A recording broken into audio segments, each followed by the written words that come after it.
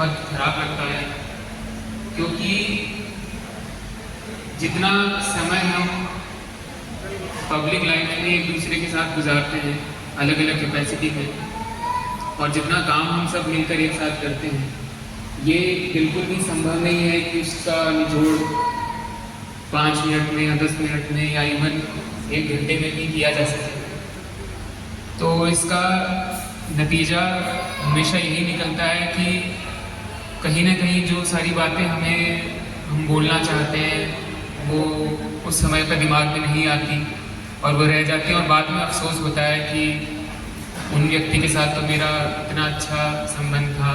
मैं उनका इतना सम्मान करता हूँ और स्नेह करता हूँ, लेकिन ये सब बातें मैं व्यक्त नहीं कर पाया। और पूर्व में भी जो विदाई कार्यक्रम हुए मेरे टेन्योर में अन्य लोगों के, तब भी ये चीज़ मैंने नोटिस की, तो ये थोड़ी सी कमी रहती है। तो इसलिए मैं एडवांस में ही माफ़ी मांगता हूँ कि अगर मैं सारी बातें जो मेरे मन में है नहीं बता पाऊँ, चाहे वो समय की कमी की वजह से हो या फिर वो चीज़ इस वक्त मेरे दिमाग में ना आए इस वजह से हो, फिर भी मैं कोशिश करूँगा। ये जनपद बहुत ही अच्छा जनपद है, यहाँ बहुत कुछ सीखने को भी मिलता है और मैंने सीखा भी है यहाँ पर काफ़ी कुछ, जैसा कि मुझसे पहले के वक्ताओं ने बताया। और यहाँ पे जो अलग अलग वॉक्स ऑफ लाइफ से लोग उपस्थित हैं, सब ने कहीं ना कहीं मुझे खुद भी मोटिवेट किया है और पूरे जनपद के लिए, प्रदेश के लिए, देश के लिए वो भी अपने आप में एक उदाहरण है। चाहे हम हमारे उद्योग ग्रुप की बात करें, व्यापार मंडल की बात करें, चाहे वो साइमा हो, आईआईए हो, लघु उद्योग भारती हो, तो हमेशा मैंने देखा कि आप सिर्फ अपनी खुद की समस्याओं के बारे में नहीं बात करते हैं, बल्कि आप अपनी जिम्मेदारी की तरफ भी बहुत ज़्यादा संवेदनशील हैं। अभी हाल ही में बात आई थी कि आंगनवाड़ी किट का वितरण होना था, तो इतना बढ़ चढ़ के सबने उसमें हिस्सा लिया। Petrol pump LPG dealership association के जो सदस्यगण हैं उन्होंने भी हिस्सा लिया। सबने ये देखा कि भले ही मेरे बच्चे उस आंगनवाड़ी केंद्र में नहीं जाते हो, लेकिन जो जा रहे हैं वो भी इस जनपद के ही बच्चे हैं, हमारे ही परिवार का हिस्सा है, तो उनके लिए आप कितना कर सकते हैं ये सब आपने किया। बीच बीच में आप चाहे वो ब्लड कैंप हो, ब्लड डोनेशन कैंप या फिर अन्य ऐसे कार्यक्रम हो जो जनोपयोगी हैं, लाभार्थी परक हैं, उसमें हमेशा आप अपना योगदान देते रहते हैं। अगर मैं मीडिया की बात करूं तो यहाँ का मीडिया वास्तव में अपनी जिम्मेदारियों को लेकर बहुत सजग है। मैं रोज़ देखता था कि जो प्रिंट मीडिया है, इलेक्ट्रॉनिक मीडिया है, उसमें कौन कौन सी महत्वपूर्ण खबरें चल रही हैं, जिससे कि हमें भी पता चलता रहे कि कहाँ पर प्रशासन के कार्यों में कमी है, कहाँ सुधार करने की ज़रूरत है और कहाँ पर चीज़ें अच्छी चल रही है। तो मैं देखता था उसमें हमेशा संतुलन रहता था। किसी भी पेपर में या किसी भी मीडिया चैनल में ऐसा कभी नहीं हुआ कि चाहे जो हो अच्छा ही बताना है या फिर चाहे जो हो खराब ही बताना है। और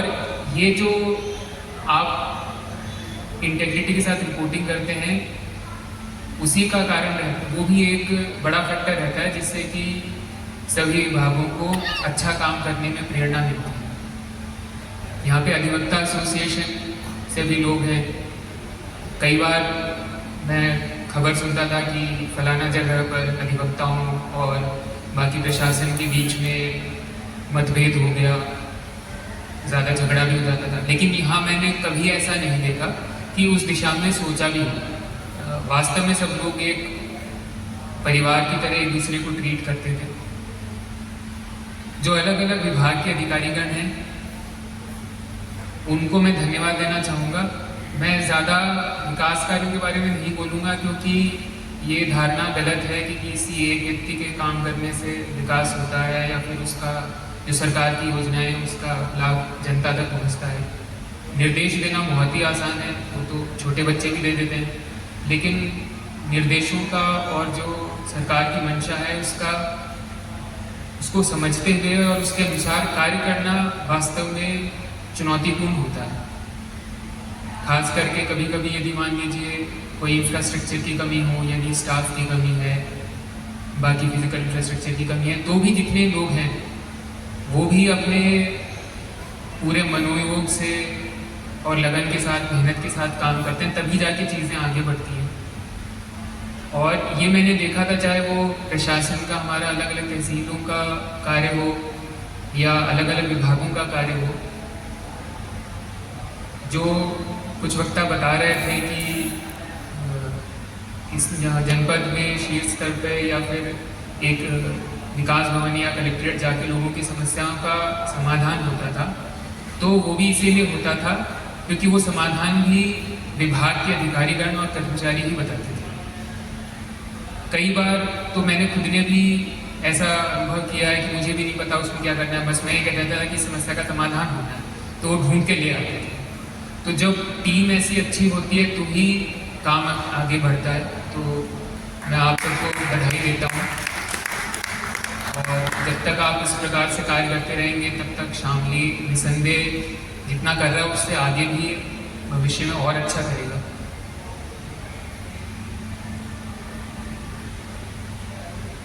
यहाँ पर मंच पर उपस्थित कई सारे लोग हैं, मैं एक एक करके ब्रीफ में भी उनके बारे में बताना चाहूँगा। जैसे एडिशनल एसपी साहब हैं संतोष कुमार सिंह जी, अभी कुछ समय पहले वो आए थे, तो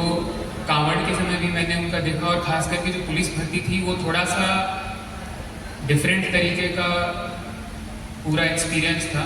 पुलिस विभाग के लिए, क्योंकि ये आपका टिपिकल लॉ एंड ऑर्डर से संबंधित नहीं था केवल, बल्कि एक पूरा डिटेल्ड एक्सरसाइज थी जिसको आपको कराना था, और उसमें आपने इतने अच्छे से अडेप्ट करते हुए उसको बिल्कुल पारदर्शिता के साथ कराया। और आप उसी संबंध में और बाकी भी अन्य चीज़ों के संबंध में आपसे, चाहे वो इलेक्शन हो या बाकी महत्वपूर्ण इंसिडेंट्स हों, उसमें आपसे हमेशा बात होती रहती थी। आपका काफ़ी ऑप्टिमिस्टिक आउटलुक रहता था, और कभी भी आप पैनिक भी नहीं करते थे। तो आपने बहुत अच्छी जो खूबियाँ हैं, इसका लाभ शामली जनपद के भी सभी लोगों को मिला है। एडीएम न्यायिक यहाँ परमानंद जी बैठे हैं, हालांकि इन्होंने बहुत रिसेंटली ज्वाइन किया, लेकिन जब जैसे आपने चकबंदी का काम भी शुरू किया तो मैंने देखा कि आपने खुद से ही जाकर गांव में जाकर ग्राम न्यायालय होल्ड करना शुरू किए, और एक अंदर से अपना ये इंटेंशन दर्शाया कि आप वास्तव में लोगों की मदद करना चाहते हैं और उनकी समस्याओं का समाधान करना चाहते हैं। जबकि चकबंदी आपका ऐसा नहीं है कि मूल विषय है जिसके बारे में आपको बहुत ज़्यादा जानकारी हो पहले से, और आपके आने से हमारा भी वर्कलोड बहुत कम हुआ। मैंने भी काफ़ी केसेस आपको दे दिए, तो जो आगे आएंगे उनके लिए काफ़ी अच्छा रहेगा। एडीएम साहब हैं संतोष कुमार सिंह जी, वो मुझे लगता है अब शायद से सबसे सीनियर हो गए समय के हिसाब से देखें तो। और आपकी में वैसे तो और बहुत खूबियाँ हैं, लेकिन जो एक चीज़ मुझे बहुत अच्छी लगी वो ये थी कि आप बहुत ज़्यादा मिलनसार हैं, और जो एक कई बार गैप हो जाता है अधिकारियों के बीच में और अन्य लोगों के बीच में, वो गैप आपने कभी नहीं होने दिया। चाहे वो किसी भी विभाग के या हमारे तहसील के अधिकारी हो, कर्मचारी हो, कई बार होता था कि वो अपनी समस्याओं को लेकर मेरे पास आने में संकोच करते थे, चाहे किसी भी कारण से। तो ऐसे में आप एक जरिया बनते थे, आप बताते थे कि क्या क्या प्रॉब्लम्स आ रही हैं, क्या क्या कंस्ट्रेंट्स हैं, और किस प्रकार से हम उनका भी ध्यान रखें जिनके ऊपर जिम्मेदारी है जनता की समस्याओं का समाधान करने की। उसके अलावा जितने भी इवेंट होते थे उसमें आप बहुत ही रुचि लेकर और अच्छा भव्य कार्यक्रम कराते थे, चाहे वो अलग अलग भंडारा हो या फिर जो अभी राम मंदिर में प्राण प्रतिष्ठा के समय एक बहुत अच्छा कार्यक्रम हुआ था वो हो, चाहे वो जनपद के गठन की जो अलग अलग वर्षगांठ होती है उससे संबंधित कार्यक्रम हो। तो हमेशा आप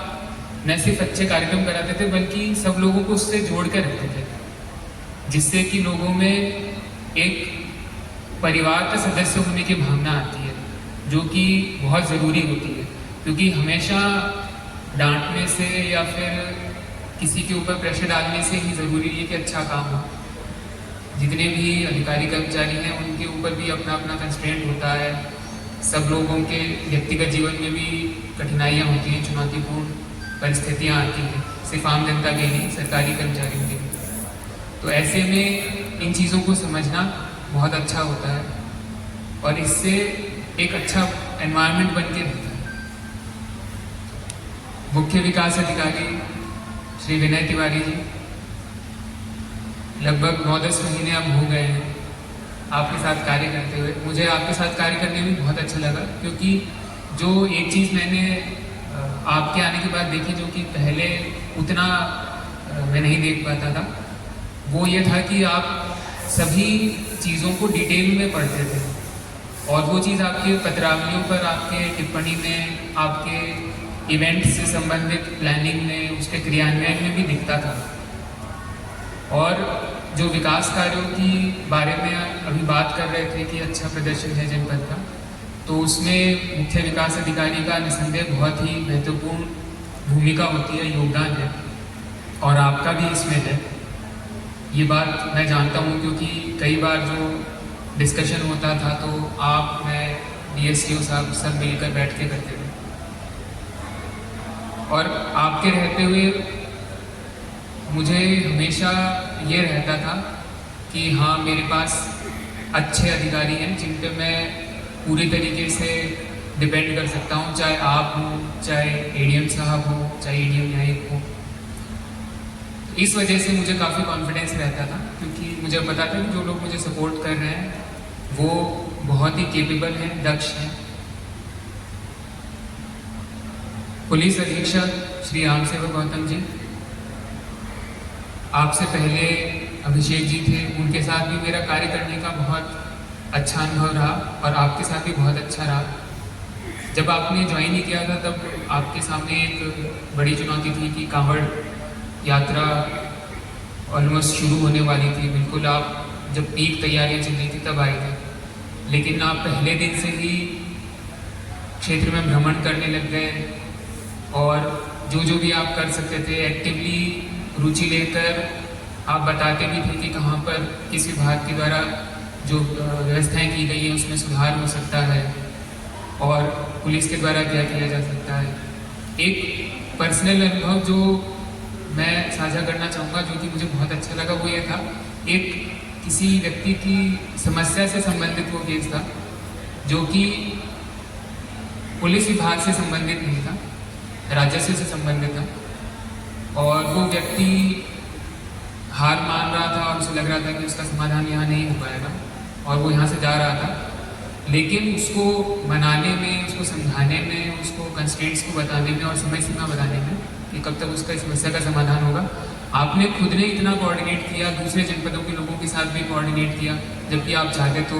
बहुत आसानी से बोल सकते, समझ सकते थे या कह सकते थे कि ये पुलिस का काम नहीं है। तो ये मैं इसलिए शेयर कर रहा हूँ क्योंकि सभी विभागों के लोगों को ये चीज़ समझनी चाहिए कि हम अलग अलग एंटिटी नहीं है।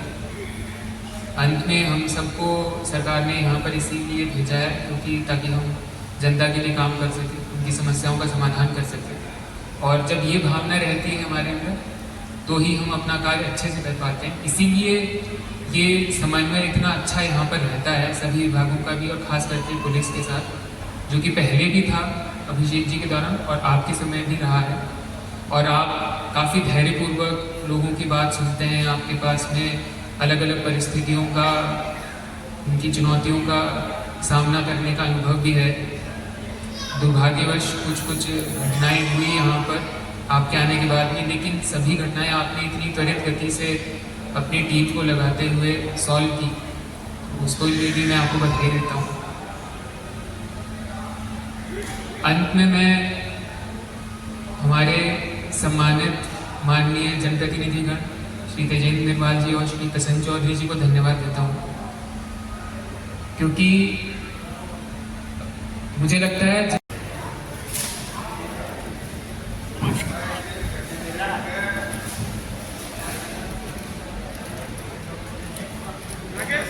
कलेक्ट्रेट परिवार आ जाए।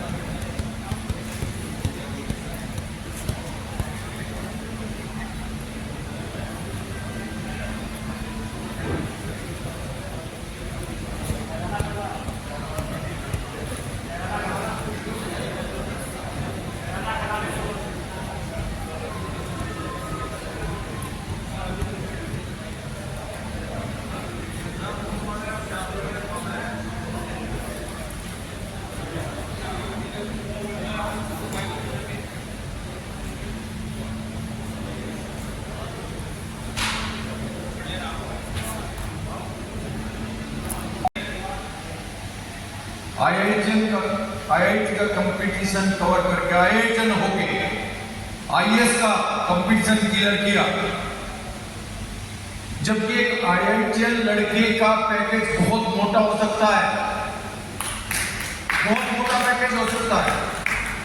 लेकिन उस जॉब को नहीं करके आईएएस का कंपटीशन क्लियर किया। और मैं समझता हूं कि इनके अंदर एक जज्बा होगा जो दिखाई नहीं देता है, कि इन्हें एक ईमानदारी की मिसाल पेश करती है। और वाकई में जो भी इनका कार्यकाल यहां रहा 1.5-2 कहते थे और एडियम नाइक परमानंद भाटी शेर साहब में बैठे, जिले के सभी सम्मानित अधिकारी,